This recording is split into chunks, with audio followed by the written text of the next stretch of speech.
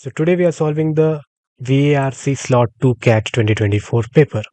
So like every time, first try to think of the answer by yourself and then look at what the answer and the reasoning behind it is. There are five jumbled sentences and four of them can be put together in some order to make a coherent paragraph. But one of the sentences would not fit. So we have to find out which of these is the odd one out sentence. So the UK is a world leader in developing cultivated meat, and the approval of a cultivated pet food is an important milestone. So this sentence talks about that UK is the world leader in developing the cultivated meat, and getting the approval for cultivated pet food is an important milestone for that. Okay, so just reading one sentence won't be enough to find out which is the odd one out, but okay, let's keep going. So, if we are to realize the full potential benefits of the cultivated meat, the government must invest in research and infrastructure. So, this sentence is also about cultivated meat and it talks about how we can realize the full potential of it. The first UK applications for cultivated meat produced for humans remain under assessment with the Food Standards Agency. So the first applications for cultivated meat produced for humans and not pets is still under assessment. And fourth sentence is the previous UK government had been looking at fast tracking the approval of cultivated meat for human consumption. So okay, so this is also about UK's government and fast tracking the cultivation of approval of the cultivated meat, but this seems a bit off. But first let's read the fifth sentence as well. So it underscores the potential for new innovation to help reduce the negative impacts of intensive animal agriculture. So now, even though all of these sentences talk about UK and how cultivated meat is better and what research is going on, if you see the sentence number 1, 2, 3, and 5 are talking about how UK is a world leader in cultivated meat and how the government must invest in more research so that the meat should also get available for humans.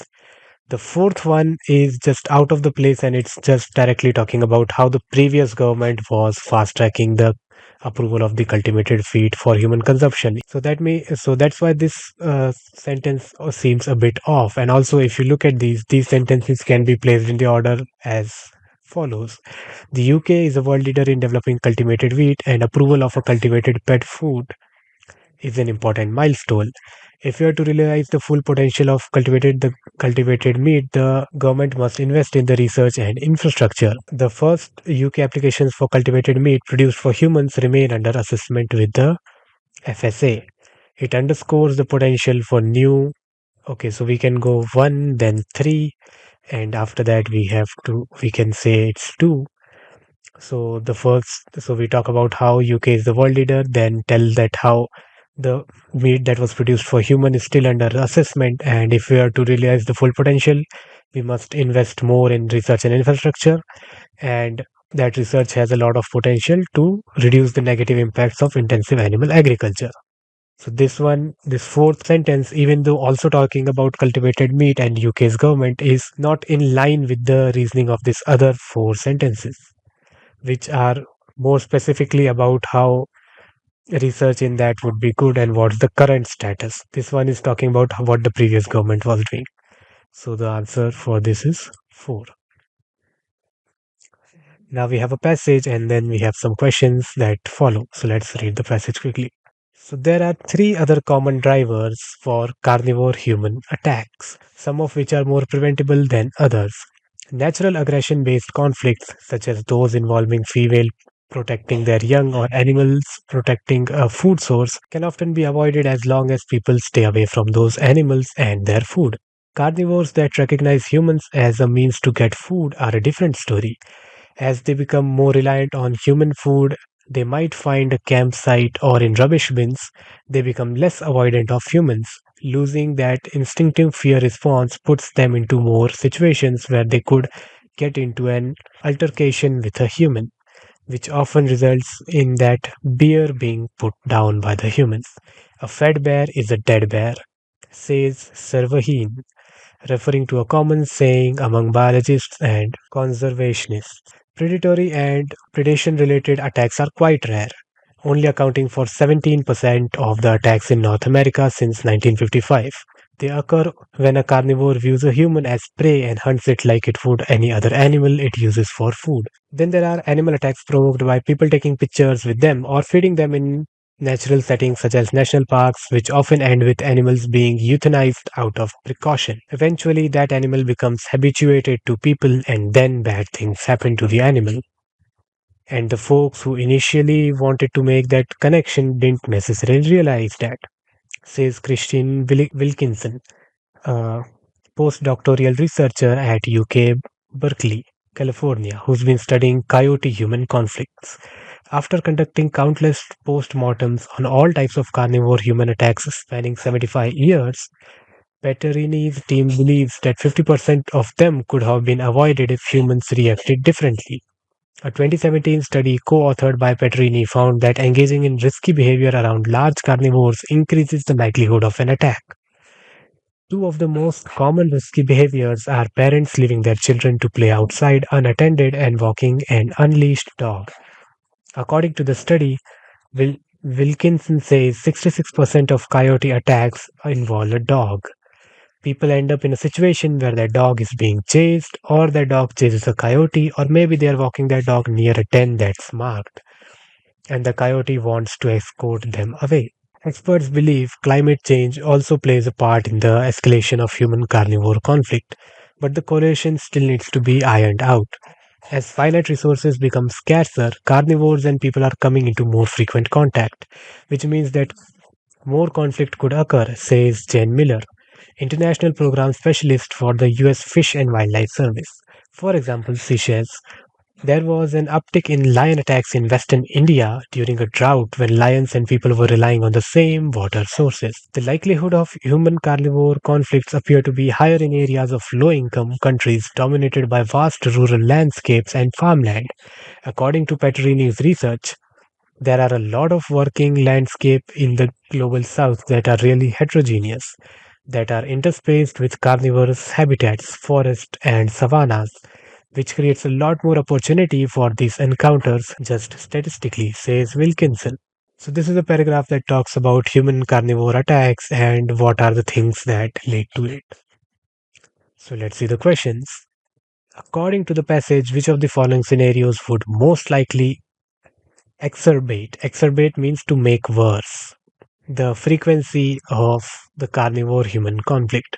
So, which of these four options would make the human carnivore conflict problem worse? That means it would increase the problem, it will increase the chances of the conflict. Addressing the impact of climate change on the availability of resources for wildlife. So, no, this would actually help with the conflict situation. Unleashing dogs by pet owners in areas with known high concentration of large carnivores. So, obviously, if dogs by pet owners were unleashed in an area where there are a lot of carnivores, the dogs might get attracted to those animals or they might attract those animals and bring them back to their pet owners. This is already talked about in the paragraph over here. So this is the answer, but let's just read the other options just so implementing food waste management strategies to prevent wild animals. Again, this is a good thing to do. Attempting to photograph wild animals from within secured viewing, again, this is a good thing. So yeah, option B is the answer. Given the insights provided by Petterini's research and Wilkinson's statement, which of the following conclusions can be drawn about the relationship between landscape heterogeneity and human carnivore conflict? So which of the all these sentences are about the relationship between the conflict and the type of the land? So according to the paragraph, which of them is true? So, landscape heterogeneity, characterized by a mix of farmland and natural habitats, inherently reduces. No, it does not reduce, right? It increases the chance. Homogeneous landscape within uniform agricultural practices are more likely to experience high rates of human carnivore conflicts due to the predictability of the resources.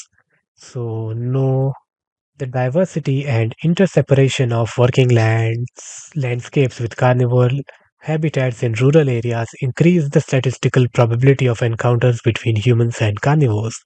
So, this is the correct answer because, as in the paragraph we just read, since when the landscape is very heterogeneous, and there are a lot of rural areas where there are a lot of carnivores, and the same places humans also go to work. There is a lot more, even statistically, there is a lot more probability that they will encounter. So, yeah, option C. According to the passage, what is a significant factor that contributes to the habituation of carnivore to human presence? So, which of these factors is a contributor in making the carnivore animals get habituated to the humans and lose their fear towards human and make them more comfortable with them? So, the natural aggression exhibited by carnivores exhibited by human interference, particularly when they are safeguarding their offsprings or food. So no, this does not make them habituated. This just results in a human carnivore conflict.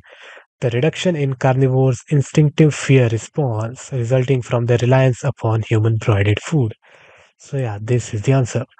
When carnivores are more and more reliant upon the food that is provided by humans, they become less and less fearful of seeing an actual human, and that might increase the chances of they both of them getting in a conflict.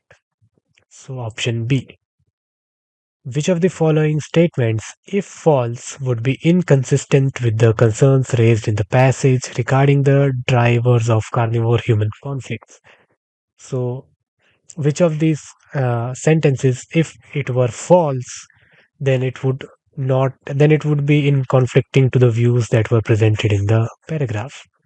So, predatory attacks by carnivores are a common occurrence and have steadily increased over the past few decades. So, this isn't true, but there was nothing that directly talked about how carnivore or conflicts have been increasing or decreasing. So this is not the option. Climate change has had negligible effects on the frequency of human carnivore interactions in affected regions. So if this was false, this would be problematic and conflicting because in the paragraph we do talk about how climate change also the affects the human carnivore interactions, because making foods scarce for the carnivores makes them come to the human land. So that's why this cannot be false. So this is the option. Let's just read the other options just in case. So human effort to avoid risky behavior around large carnivores have proven effective in reducing conflict incidents. So yeah, this is just true. Carnivores lose their instinctive fear of humans when consistently exposed to human food sources. Yeah, this is also true. So only this is false because it does not have a negligible effect. It does have a considerable effect. Question 6. We have been given a passage, and follow that are four different summaries, and we have to choose which of them summarizes this passage the best. So let's read the passage. Recent important scientific findings have emerged from crossing the boundaries of scientific fields. They stem from physicists collaborating with biologists, sociologists, and others to answer questions about our world, but physicists and their potential collaborations often find their culture out of sync. For one, physicists often discard a lot of information while extracting broader patterns. For other scientists, information is not readily disposable. Furthermore, many non physicists are uncomfortable with mathematical models. Still, the desire to work on something new and different is real, and there are clear benefits from the collision of views. So, large data sets and mathematical models in physics research combined with the research methods of non physics collaborators have yielded important scientific findings. So, yeah, somewhat in the line of what the passage was saying, but it does not specifically talk about yielding important scientific findings, right? The desire to diversify their research and answer important questions has led to several collaborations. So, it talks about how there are conflicts, but the lead, collaboration leads to a better result, but there is no such talk about desire and why they are collaborating. So no, not this, not this. Despite differences in their research styles, physicists research collaborations with scholars from other disciplines have yielded important research findings. So yeah, this can be said to somewhat capture the essence of the paragraph. that there are differences in the research styles for physicists and other researchers, but despite those differences, collaborations between them have led to some very important findings. The fourth one is physicists have successfully buried their differences. So yeah, this there is no talk about how the differences have been buried or not. It just talked about that there are differences, right? So questions like this are a bit tricky. If you see all of these options do talk about physicists and collaboration and having conflicting views, but you have to find these specific points that differentiate them from what is said in the paragraph. You really have to read the paragraph with attention to detail, and then you can see that there were some points in these some of these summaries which were not there in the paragraph. The paragraph did not talk about desire, it did not talk about burying their differences, it also did not talk about very, very important findings and all. So, and not even only about very important findings. First one is also wrong because it talks about only it mostly says about there are large mathematical models and large data sets. So that is true, but that is only a single example given in the paragraph. That is not what the whole paragraph is about, right? So that's why C is the answer. Again, five jumbled sentences, four of them can be put in a sequence and one of them is odd one out. Let's see which one. No known real researcher of human behavior would say that gender is all nature or all nurture. So, okay, we are talking about how gender is about nature or nurture. The evidence for a biological bias for gender certainly does not mean we should be complicit in the face of sexism. Okay, many people are uncomfortable with the idea that gender is not purely a social construct. Despite the empirical truth, researchers who study the biological biases of gender often face political pushback. There's a political preference for gender to be only a reflection of social factors and so entirely malleable. Okay, so all of the sentences are talking about uh, gender and biases and that whether gender is nature or nurture. But if you see, we can properly form a coherent sentence with one, four, five, and then three, right? We can say that no known researcher would say that gender is all nature or all nurture. But despite this truth, so we are saying that this is a truth, researchers who study these biological biases of gender often face political pushback. And then we talk about this political pushback that there's a political preference for gender to be only a reflection of social factors, so it should be entirely malleable. Many people are uncomfortable with the idea that gender is not purely a social construct. So this talks about how researchers who study this gender are often face a political pushback because a lot of politicians and even people believe that gender is are not comfortable with the idea that gender is not purely a social construct and it can also be dependent on someone's biology. So even this sentence is in somewhat sync to what the other sentences are. This doesn't fit into this paragraph properly, as this suddenly talks about that even though there is a biological bias for gender, does not mean that we should be complacent in the face of sexism.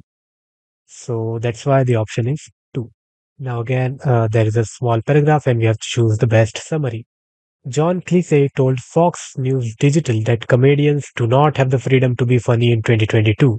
There's always been limitations on what we are allowed to say, Cleese said. I think it's particularly worrying at the moment because you can only create in an atmosphere of freedom where you're not checking everything you say critically before you move on. What you have to be able to do is to build without knowing where you're going because you've never been there before. That's what creativity is. You have to be allowed to build. And a lot of comedians now are sitting there, and when they think of something, they say something like, can I get away with this? I don't think so. So and so got into trouble and he said that, or oh, she said that. You know what I mean? And that's the death of creativity.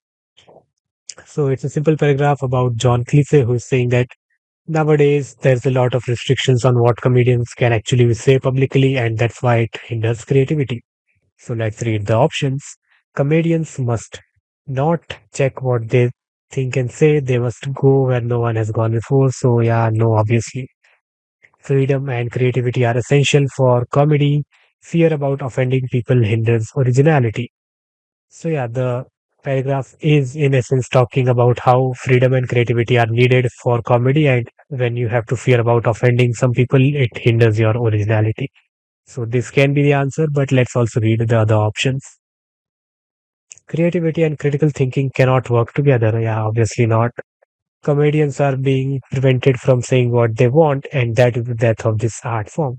So some students might also choose this option because this also seems like what the John Cleese is saying, that nowadays you do not get to say what you want, and that's why creativity is dying. But if you read this paragraph, it's not particularly saying about why that comedians are being prevented from saying what they want. It's a more general discussion in the sense that now because you do not have the freedom of what you want to say, it restricts your creativity and that therefore comedy. So this is also a close candidate, but because of that, the correct option is B. So now we have a sentence and we have to find out where this sentence belongs in this paragraph. There are one, two, three, four options here. So the sentence is, yet each day the flock produced eggs with calcareous cells, so shells rich with calcium. Through they apparently had not ingested calcium from land which was entirely lacking in limestone.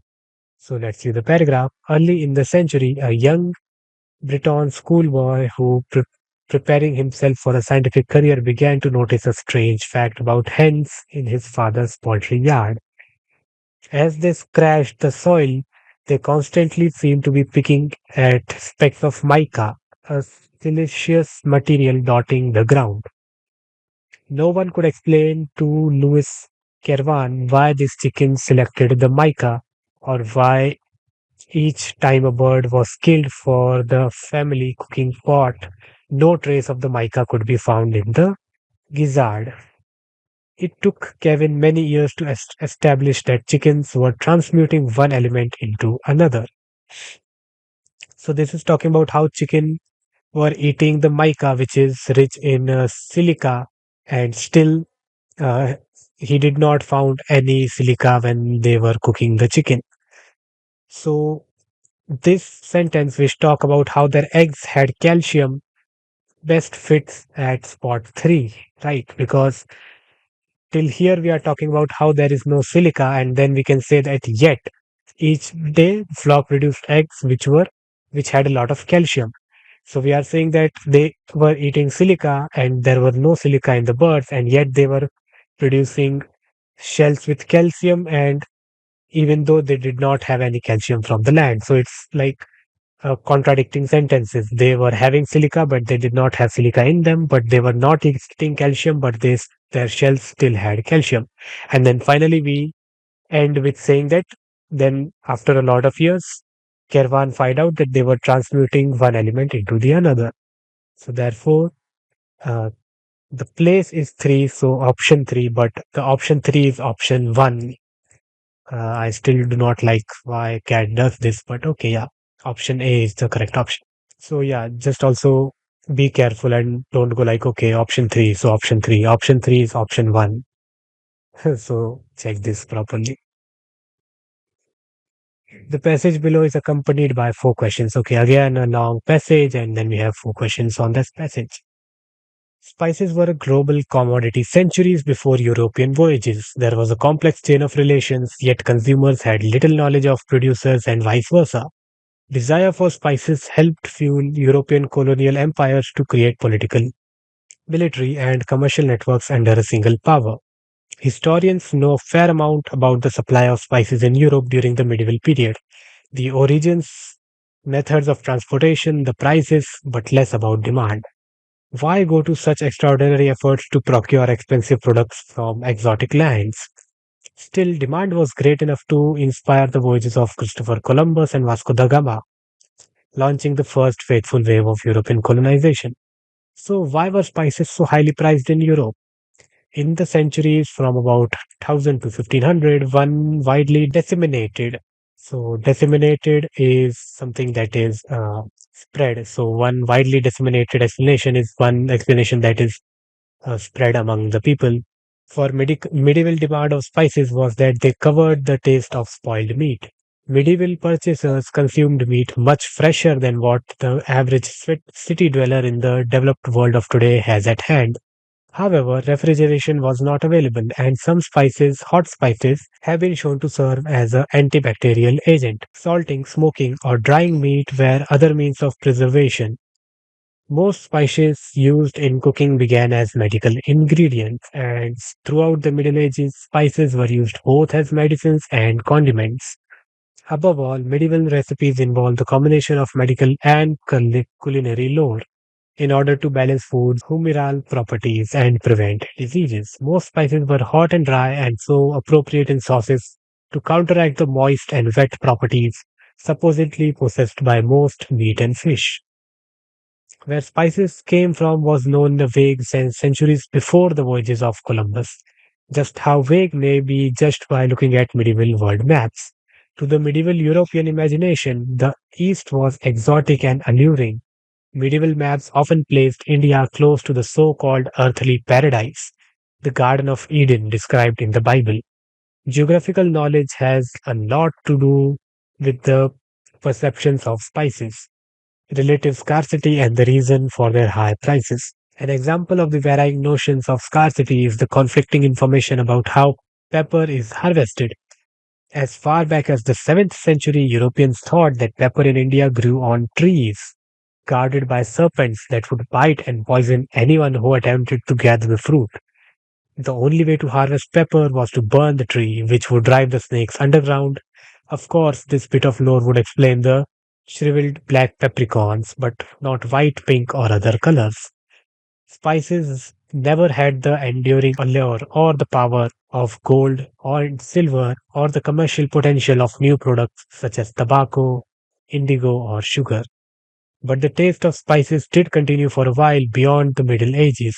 As late as the 17th century, the English and the Dutch were struggling for control of the Spice Islands. Dutch New Amsterdam or New York were exchanged by the British for one of the Moluccan, so this is a place which is also called the Spice Islands. Moluccan Islands where nutmeg was grown. So nutmeg is jaifal in Hindi. So this is also a type of spice. So in the context of the passage, the people who heard the story of pepper trees by being guarded by the snakes would be least likely to arrive at the conclusion that. So people who heard that story about the pepper trees being guarded by the snake, which of these conclusions would they be the least likely to arrive at? So which of these would they not believe? It is not advisable to go to India to harvest the peppers themselves. Uh, of course, they can arrive at this conclusion because it is dangerous. This is why pepper is so hot.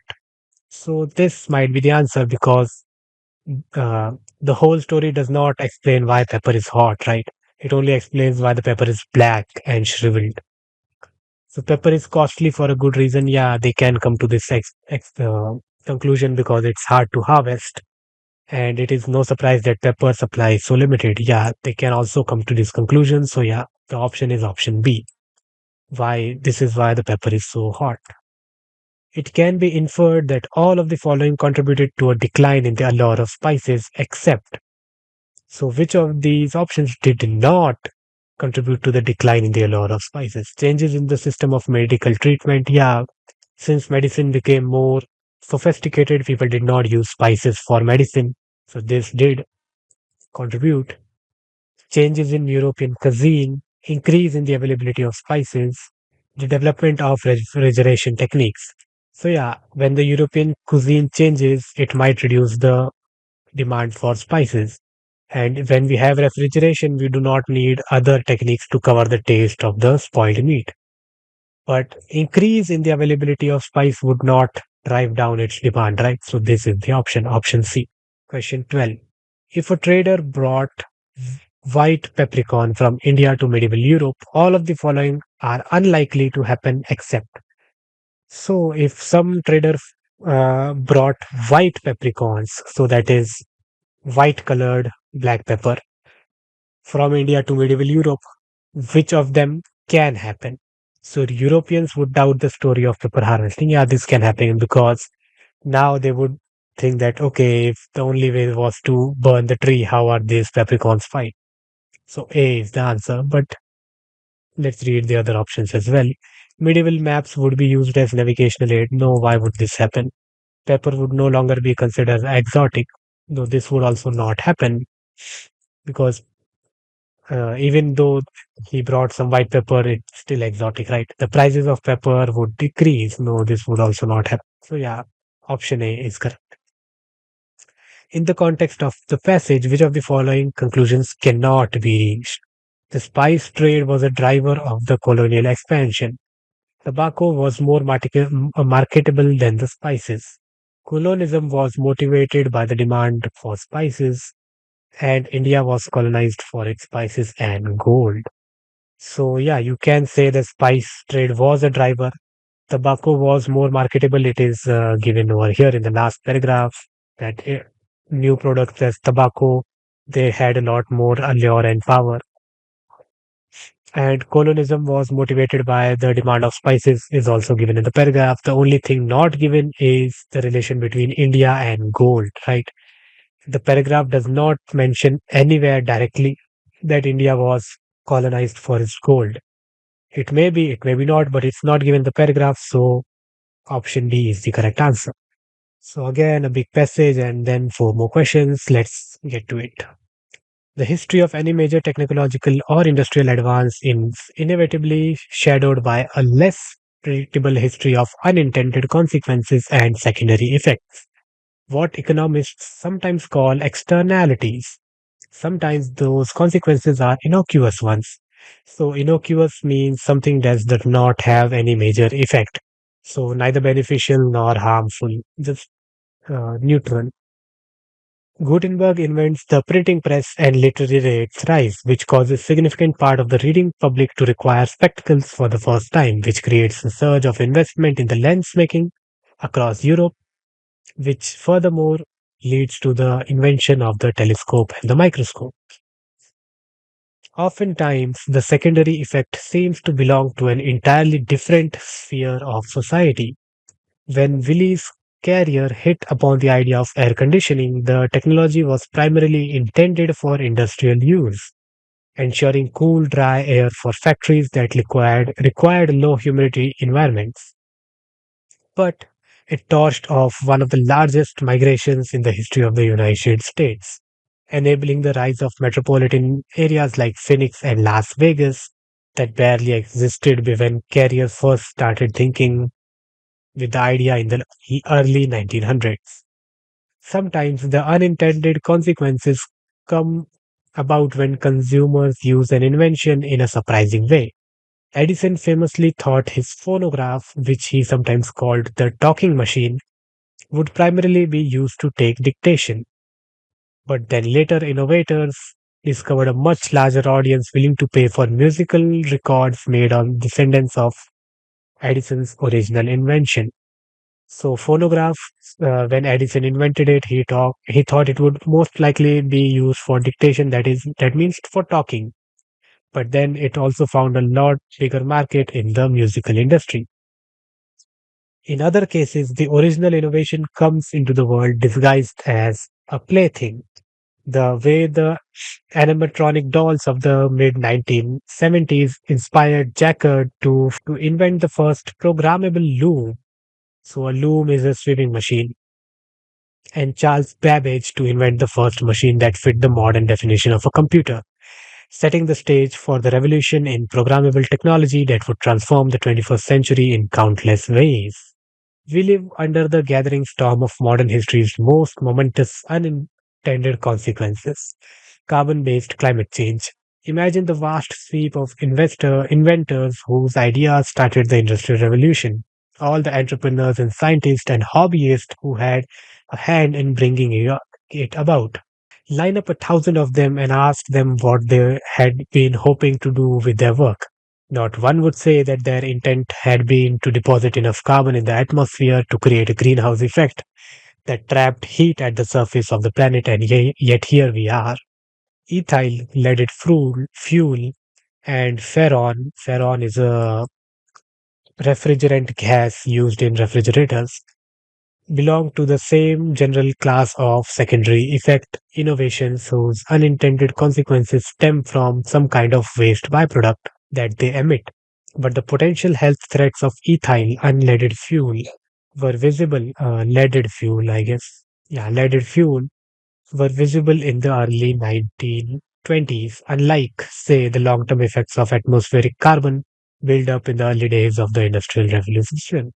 Indeed, it is reasonable to see chlorofluorocarbons as a forerunner of this kind of threat we will most likely face in the coming decades, as it becomes increasingly possible for individuals or small groups to create new scientific advances through chemistry or biotechnology or material science, setting off unintended consequences that reverberate on a global scale.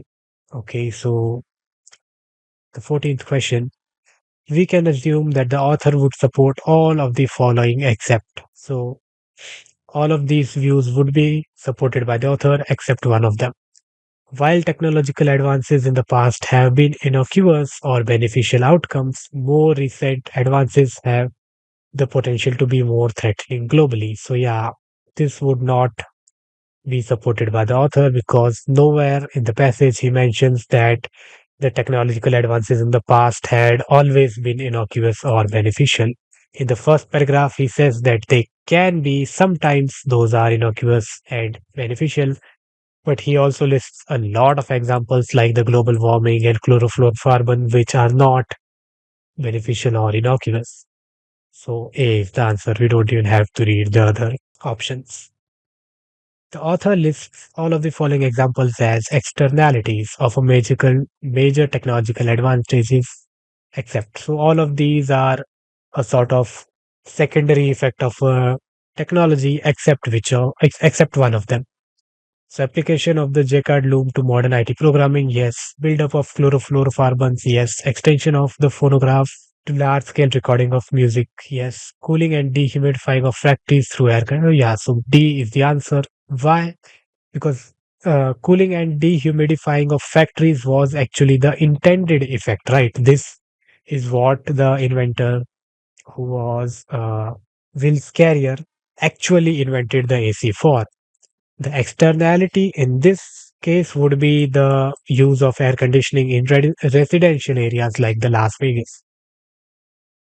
Carrier, Babbage, and Edison are mentioned in the passage to illustrate the author's point that despite the original intention, the unintended consequences of the inventions were largely beneficial. So, yeah, no, not all of them were beneficial. These inventors could not have visualized the eventual impact of their innovations on society. So, yeah, he have given this particular examples of all these inventors to say that all of them invented something, but they could not have ever thought of how their invention would go on and make such different and impactful changes in the society. The secondary effect of the past invention mostly resulted in creation, so no, yeah. Inventions typically end up being used for entirely no. So, yeah, option B is the correct answer. Which of the following best conveys the main point of the first paragraph? The full impact of technological advances cannot be estimated in the short run, as the ripple effect often extends far beyond the original intent. So, yeah, this is the main essence, right? This is what the first paragraph is saying, that the ripple effect extends far beyond what the original intent was, and you cannot just estimate the effect of the impact of the technology from its primary goal. The secondary effects of the major technological advances in the past, especially if they have turned out to be beneficial, again, no. The entire impact of the technological advance should be evaluated by its boost. No. It is important to judge an invention by its immediate outcome. Again, yeah, no. So A is the correct option. Again, we have one more big passage and then a lot more questions. So let's get going. The passage below is accompanied by four questions. Yeah. The job of a peer reviewer is thankless. Collectively, academics spend around 70 million hours every year evaluating each other's manuscripts on the behalf of scholarly journals, and they usually receive no monetary compensation and little, if any, recognition for their effort. Some do it as a way to keep abreast with developments in their field. Some simply see it as a duty to the discipline. Either way, academic publishing would likely crumble without them. In recent years, some scientists have begun posting their reviews online mainly to claim credit for their work. Sites like Publons allow researchers to either share entire free reports or simply list the journals for whom they carried out a review.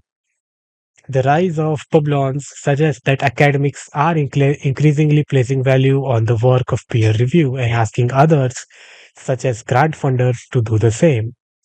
While that's vital in the publish or perish culture of academia, there's also immense value in the data underlying peer review. Sharing peer review data could help journals stamp out fraud, inefficiency, and systematic bias in academic publishing. Peer review data could also help root out bias. Last year, a study based on peer review data for nearly 24,000 submissions to the biological journal eLife found that women and non Westerners were vastly underrepresented among peer reviewers. Only around 1 in every 5 reviewer was a female, and less than 2% of the reviewers were based in developing countries. Openly publishing peer review data could perhaps also help journals address another problem in academic publishing: fraudulent peer review. For instance, a minority of authors have been known to use phony email addresses to pose as an outside expert and review their own manuscripts. Opponents of open peer review commonly argue that confidentiality is vital to the integrity of the review process. Referees may be less critical of manuscripts if their own reports are published, especially if they are revealing their identities by signing them. Some also hold concerns that open reviewing may deter referees from agreeing to judge manuscripts in the first place, or that they'll take longer to do so out of the fear of scrutiny. Even when the content of the reviews and the review identity of reviewers cannot be shared publicly, perhaps journals could share the data with outside researchers for study. Or they could release other figures that won't compromise the anonymity of reviewers, but that might answer important questions like how long the review process takes, how many researchers, editors have to reach out on average to find one who will carry out the work, and geographic distribution of peer reviewers. Of course, opening up data underlying the reviewing process will not fix peer review entirely, and there may be instances in which there are valid reasons to keep the content of preview reviews hidden and the identity of the referees confidential, but the norm should shift from opacity in all cases to opacity only when necessary. All of the following are listed as reasons why academics choose to review other scholars' work except. So, which of them is not a reason for why academics choose to review some work? Some use this as an opportunity to publicize their own review work. Okay. It is seen as a form of service to the academic community. Yep. It helps them keep current with cutting edge ideas in their academic disciplines. It is seen as an opportunity to expand their influence in the academic community. So, yeah, D is the answer. Peer reviewing does not help expand your influence in the academic community, or even if it does, it's not actually mentioned in the paragraph. So, yeah, D is the answer. According to the passage, some are opposed to making peer reviews public for all. The following reasons accept that it. So, some people do not want to make peer reviews public, and they have given some reasons. But which one of these options is not a reason that they gave? Makes reviewers reluctant to review manuscripts, especially if they are critical of the submitted work. Leave reviewers unexposed to unwarranted and unjustified criticism or comments from others. So, yeah, this is the answers because if their identity is revealed, they will be exposed to some unwarranted and unjustified criticism or comments, right? They won't be unexposed. So, B is the option, but let's see the other options as well. deters reviewers from producing honest critical reviews that are sound, honest if critical reviews that are vital to the sound. So yeah, it would deter them because they will fear scrutiny, and delays the manuscript because they will take longer to accept the review. So yeah, B is the answer. According to the passage, which of the following is the only reason not given in favor of making peer review data public? So all of these reasons have been given except one, and what is that? It could be addressed. It could address various inefficiencies and fraudulent practices that continue in academic publishing process. So yeah, this is a reason that was given. It would highlight the gender and race bias. Yes, it would. It can tackle the problem of selecting appropriately qualified reviewers. So yeah, this is an option that is not actually given because making the peer review data would not actually help them select which reviewers are qualified for the work or not, or at least it's not given in the passage. So this is the option.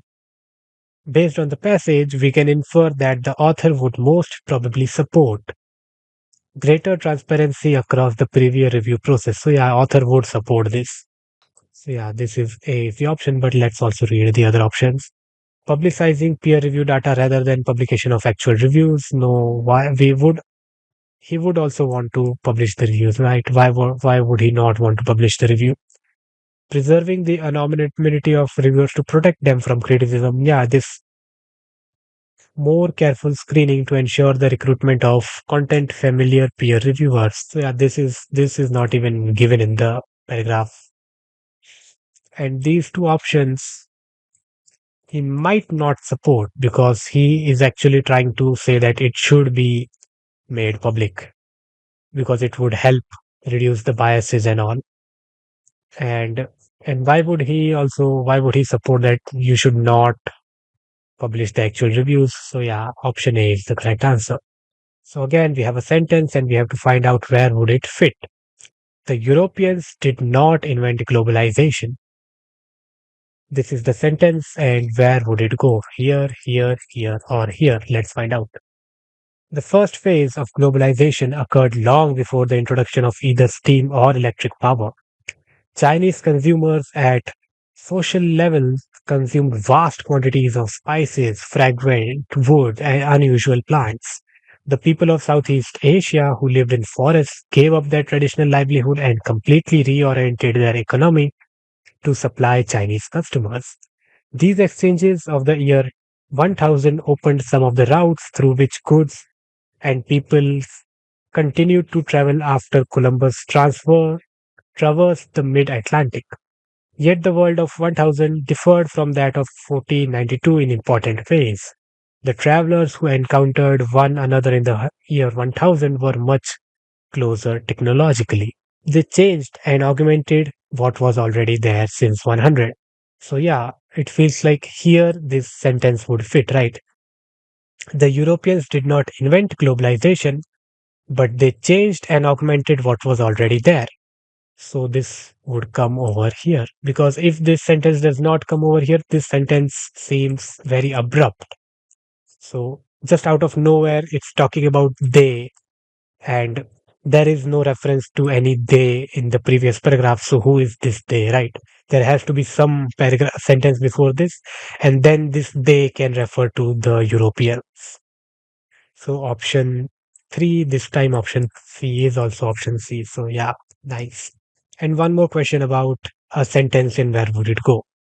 Science has officially crowned us superior to our early rising brethren. Brethren is our brothers and sisters. So our early rising brother, our my fellow night owls. Gather a strong cup of coffee and gather around. I have great news. For a long time, our kind has been unfairly malignate. So malignate is said something bad about and criticized, stereotyped as lazy and undisciplined, told we ought to be morning larks, advised to go to bed early so we can wake before 5 a.m. and run a marathon before breakfast like all high flyers seem to do. Now, however, we are having the last laugh. It may be a tad more complicated than that. A study. Okay, so now again, this sentence, it may be a tad more complicated than that, sort of feels like coming out of nowhere, right? Because it says now, however, we are having the last laugh, and then it suddenly says it may be a tad bit more complicated than that. So, what is this it referring to, right? This it can't refer to the last laugh, right? Because how can a last laugh be more complicated? So, not every time you have to use this logic of finding a pronoun and a sentence that feels off or a sentence coming out of nowhere. But sometimes when you do, it might be a good hint that this sentence can go over here. And if we put this sentence over here, the flow seems very perfect. Now, however, we are having the last laugh. Science has officially crowned us superior to our early rising brethren. So, yeah, so after we say that science has officially crowned us superior to the early rising people, then we can say that it may be a tad more bit complicated than that. So we are just making a bold statement and then saying it's a little more complicated, but science has told that we might be superior. So option two is the correct option. But let's just read the whole paragraph. A study published last week, which you may have already seen while scrolling at 1 a.m., suggests that staying up late could be good for brain power. Is this study a thinly veiled PR exercise conducted by a caffeine pill company? Nope, it's legit. Research led by academics at Imperial College London studied data on more than 26,000 people and found that self declared night owls are generally tend to have higher cognitive scores. So yeah, option two is correct. So option two is option two, but the option one. So A is the option. And finally, the last question is again a paragraph. We have to read the paragraph and choose which of them is the best summary. Different from individuals, states conduct warfare operations using the DIME model: diplomacy, information, military, and economics. Most states do everything they can to inflict pain and confusion on their enemies before deploying the actual military. In fact, attacks on vectors of information are well-known tactic of war and usually are the first target when the charge begins. It's common for telecom data and communication networks to be routinely monitored by government, which is why the open data policies of the web are so concerning to many advocates of privacy and human rights. With the World Wide Web adoption of social media, more governments are getting involved in low grade information warfare through the use of troops. According to a study by Oxford Internet Institute in 2020, cyber troops are government or political party actors tasked with manipulating public opinion online. The Oxford Research Group was able to identify 81 countries with active cyber troop operations, utilizing many different strategies to spread false information, including spending millions on online advertising. Governments primarily use the time model to deploy cyber troops who practice low grade information warfare. So, no, because they don't primarily use time model only to deploy the cyber troops, right? DIME is a model that is used by states to conduct warfare, and cyber troops deployment is a part of the I of this DIME model, the information. So, no. Using the DIME model together with military operations, many governments simultaneously conduct information warfare with the help of cyber troops and routinely monitor telecom data and communication networks. So, yeah, not together with military operations, obviously. As a part of conducting information warfare as per the DIME model, many governments routinely monitor telecom data and communication networks and use cyber troops on social media to manipulate public opinion. So C is the correct option. Why? Because it clearly states that as a part of the information warfare part of the DIME model, many governments routinely monitor data and they use cyber troops as well. The first one is just that because of they use DIME model to deploy this, but DIME model is not used to deploy all of this. Right? DIME model also includes military and economics, and not only cyber troops. And the fourth option is following the DIME model, many governments have taken advantage of open data policies of the web. So yeah, this is not what the paragraph talks about. So C is the correct option. So here we finish the 2024 Slot 2 VARC paper of CAT. So if you're also preparing for CAT 2025, don't forget to subscribe so you don't miss on any updates, and thanks for watching.